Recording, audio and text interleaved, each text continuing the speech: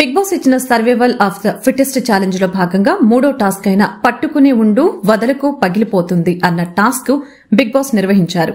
ఇక ఈ టాస్క్ లో భాగంగా 2 క్లాన్స్ నుంచి ఒక్కొక్క కంటెస్టెంట్ ఈ పోటీలో పాల్గొనాల్సి ఉంటుంది. పోటీ చేసే సభ్యులు ఫ్రేమ్ పై నిల్చొని హ్యాండిల్ ని ముందు వైపుకి లాగుతూ పట్టుకోవాల్సి ఉంటుంది. ఇలా చేసే క్రమంలో బాడీ హెడ్ ఫ్రేమ్ కి ఆనుకుని ఉండాలని బిగ్ బాస్ కండిషన్ పెట్టారు.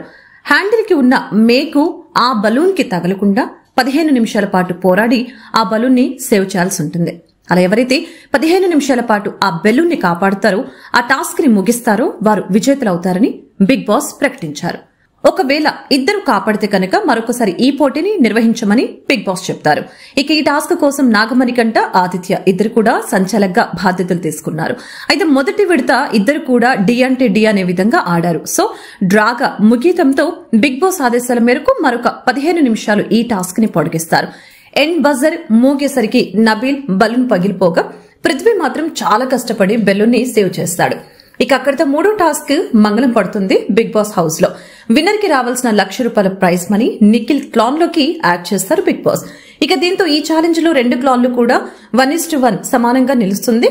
మొదటి టాస్క్ సీత క్లాన్ గెలవగా రెండో దాంట్లో ఎవరు గెలవలేదు. మూడోది నిఖిల్ క్లాన్ గెలవటం జరిగింది. అలాగే అధిక ప్రయోజనాలని కూడా ఆ క్లాన్ సభ్యులకు అందించాడు బిగ్ బాస్. ఇక లీడర్ బోర్డులో నిఖిల్ క్లాన్ కూడా తమ యొక్క పేరుని ఎంట్రీ చేసుకుని ఫోటోలకి ఫోజులిస్తారు. అలాగే ఒక వైల్డ్ కార్డ్ ఎంట్రీని హౌస్ లోకి రాకుండా ఆపేస్తారు శక్తి క్లాన్ సభ్యులు. ఈ టాస్క్ లో పృథ్వీ ఆట తీరు మీకెలా అనిపించిందో మీ అభిప్రాయాన్ని కామెంట్ రూపంలో అయితే తెలియచేయండి.